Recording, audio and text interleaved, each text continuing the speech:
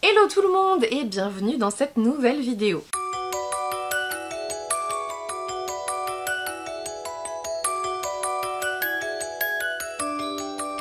L'heure de vérité a enfin sonné. C'est enfin arrivé. Je vais vous dire quel roman vous avez choisi de me faire lire en 2023. Je sais, on est fin février, bientôt. Mais comme je vous ai demandé de m'en choisir que 7 et qu'il reste 10 mois, ça passe c'est sûr. Alors je vous l'avoue, tout de suite, comme d'habitude, j'aurais dû mettre une couronne, j'ai encore triché. J'ai encore triché. La reine de la triche a encore œuvré, mais j'ai triché en rajoutant un livre. C'est-à-dire qu'au lieu de vous en garder 7, j'en ai gardé 8. Donc en fait j'ai triché dans le bon sens. Donc je suis sûre que vous n'allez pas m'en vouloir. J'en suis certaine, n'hésitez pas à me le dire. Du coup, vous le savez peut-être si vous avez regardé mes 3 bookshelf tours. Dans les 3 vidéos bookshelf tours, je vous demandais de me choisir des livres à lire pour cette année. Je remercie d'abord tous ceux qui ont participé.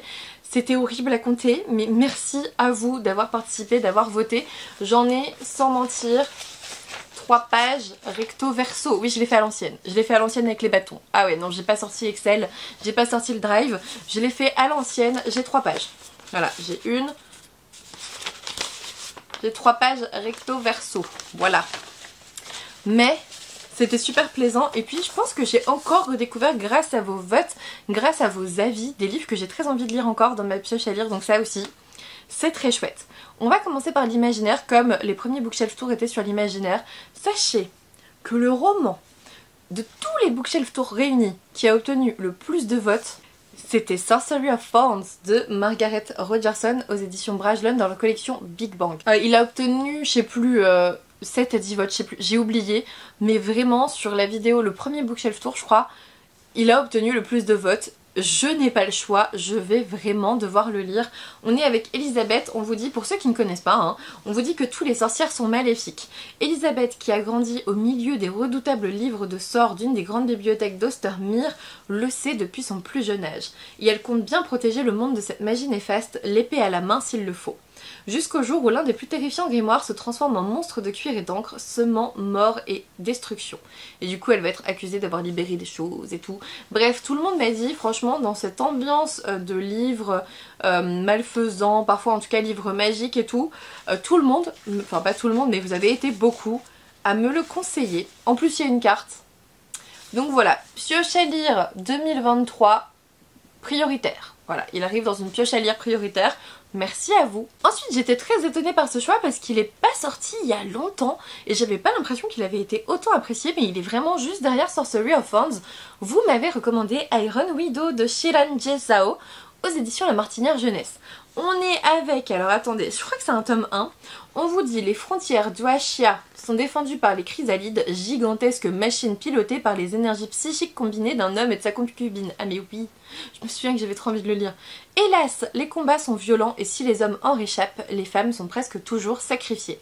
Malgré cela, Zetian s'engage dans l'armée, son objectif, venger sa sœur en tuant le pilote responsable de sa mort. Il y a une vraie portée féministe, je pense, dans ce roman, qui a dû beaucoup vous plaire. En plus, sur fond d'histoire, je sais pas, asiatique. Est-ce que c'est chinois? Je ne sais plus. Mais Shiran Jezao, ça sonne chinois. Après, peut-être pas du tout, mais ça sonne chinois. Originaire d'une petite ville de Chine. Voilà, et a grandi avec internet. Donc voilà. J'ai trop hâte de le lire, ça a l'air chouette, et puis vu comme vous me l'avez recommandé, je peux pas passer à côté, clairement. Et puis c'est là que j'ai triché, j'ai rajouté un livre, mais franchement il était à une voix d'Iron Widow, et vous m'en avez tellement bien parlé en commentaire que je me suis dit ok, il est pour 2023. En plus c'est une réécriture de La Belle et la Bête, je vous le donne en mille, il s'agit d'un sort si noir et éternel de Brigid Kemmerer aux éditions Rajo. En fait je pense que si je l'ai jamais sorti c'est parce que c'est une sacrée briquesse. Il fait quasiment 700 pages, il fait 670 pages et je pense que c'est le seul truc qui m'a freinée parce que vous le savez, si vous me connaissez, les réécritures de La Belle et la Bête c'est clairement mon dada, tu vois, c'est vraiment le truc que je vais lire en priorité. Et là je pense que si je l'ai pas encore sorti, si je suis l'une des dernières à l'avoir sorti, c'est parce qu'il fait trop de pages, tout simplement. On vous dit un soir à Washington, Harper. Harper est témoin d'une tentative d'enlèvement. En dépit du danger, la jeune femme partiellement handicapée s'interpose. Mais l'agresseur lâche sa première proie et après avoir maîtrisé Harper, l'emmène avec lui. Moi déjà, quand tu m'emmènes, ça fonctionne. En une seconde, Harper bascule dans un autre monde. Et venez pas me kidnapper, hein, j'ai pas dit ça pour ça. Il faut que ça soit un beau jeune homme et que je sois la belle et lui la bête. Dans une histoire fictive, pas dans la réalité. Il me faut un masque de réalité virtuelle à ce moment-là. Attention, attention. Ne me faites pas dire ce que je n'ai pas dit. Parce que je viens de m'apercevoir que c'était bizarre ce que j'ai dit quand même. Donc en une seconde, Harper bascule dans un autre monde, le royaume d'Umberfall, son château de conte de fées, sa magie, son prince beau, énigmatique et maudit.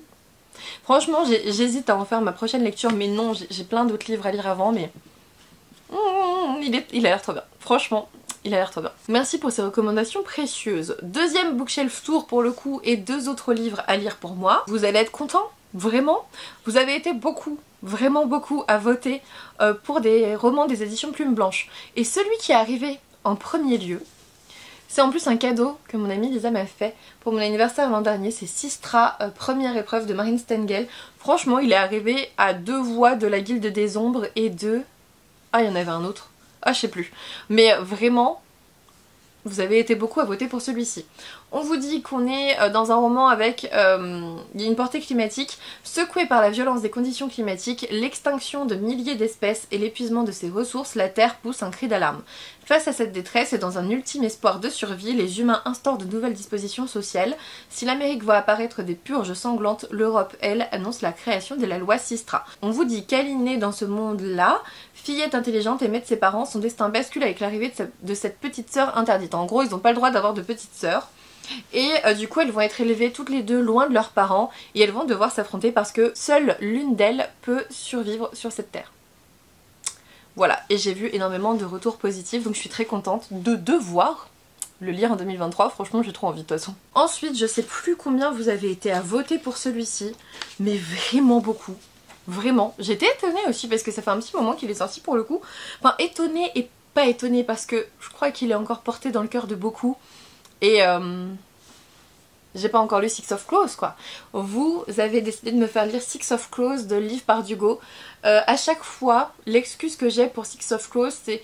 En fait, Six of Crows me fait plus envie que Grisha, mais je n'ai pas encore lu Grisha et on m'a dit qu'il fallait que je lise Grisha avant Six of Crows. C'est trop dur à dire et comme Grisha me fait plus envie que Six of Crows, bah du coup j'y lis rien. Donc merci de l'avoir sorti de cette pile à lire, je m'en fous, je lirai Grisha après, tant pis. Mais voilà, je suis avec Six of Crows pour 2023. On vous dit que Six of Crows est une équipe de malfrats au talent exceptionnel. On est avec Inej, je ne sais pas, espionne défiant les lois de la gravité, Mathias, soldat assoiffé de vengeance, Nina, Grisha au puissant pouvoir magique, ah bah c'est pour ça Grisha, et Willan, fugueur des beaux quartiers, expert en démolition, et enfin Jesper, tireur d'élite accro au jeu. J'ai trop hâte d'enfin comprendre pourquoi tout le monde aime Six of Crows. Je vous remercie de l'avoir... pioché dans cette liste. Et enfin, je vous avais demandé je vous avais aussi demandé de choisir un thriller, un contemporain et une romance. Le thriller qui a été choisi, franchement, merci à vous, je trouve ça incroyable. Je me suis dit, ils vont me choisir un King ou un truc et tout, ça va être dur à lire. Et en fait, non, vous m'avez choisi un thriller coréen. Franchement, vous avez choisi Par une nuit claire de Kim Yi-sak, qui est le premier polar historique coréen chez Matin Calme, qui me faisait beaucoup trop envie, que je dois lire depuis sa sortie. On vous dit que c'est un genre de K-drama au 15e siècle. J'adore les dramas historiques, donc vous avez carrément bien visé. Et on vous dit que c'est la fille naturelle du préfet de Séoul, jeune, lettrée, courageuse et déterminée, occupe les fonctions de sage-femme et de légiste. Je m'étais arrêtée là, parce que derrière vous avez... elle va autopsier un cadavre et elle croise la route d'un fonctionnaire qui n'est autre que le fils caché du roi Taejong.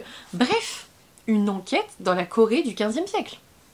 Merci à vous, c'est trop cool. Ensuite pour le contemporain, vous m'avez chopé un classique là. Un classique toujours sous blister, vous avez voté pour Anne de Green Gables de Lucy Maud Montgomery et je vous en remercie parce que j'attends vraiment de lire ce tome 1 pour parfaire ma collection parce que là j'ai juste Anne de Green Gables et Anne d'Avonlea et c'est tout. Et je me dis si je les veux dans cette édition là, est-ce qu'il faut pas que je me dépêche de les acheter? Peut-être. J'avais vu la série de Anne de Green Gables, Anne et la maison au pignon vert. J'avais adoré la série, donc je pense que ça va être un réel régal de rompre ce blister et de lire ce roman. Et enfin, dernier roman de cette pioche à lire de 8 livres je crois. Oui, c'est ça. Dernier roman de cette pioche à lire de 8 livres, il s'agit d'une romance et vous m'avez choisi Eleanor and Grey de Brittany C. Cherry aux éditions Hugo Roman dans leur collection New Romance. Là pour le coup pas de surprise, je pensais que vous choisiriez soit celui-ci soit un autre d'Hugo Roman, mais voilà, j'étais pas très surprise vu les retours dithyrambiques qu'ils ont eu. Je suis aussi très intriguée. On est avec... on vous dit, Greyston East m'a marqué à jamais. Lorsque jeune fille, je suis tombée amoureuse de lui pour la première fois, je ne connaissais pas grand chose de la vie. Mais je connaissais tout de ses sourires et de ses rires et de la sensation étrange que j'éprouvais chaque fois qu'il était à proximité. La vie était parfaite jusqu'à ce qu'elle ne le soit plus. Et lorsque nous avons été contraints de partir chacun de notre côté, j'ai dû quitter mon premier amour en formulant le souhait de le retrouver un jour. Et 16 ans plus tard, on les retrouve et eux aussi se retrouvent. Voilà.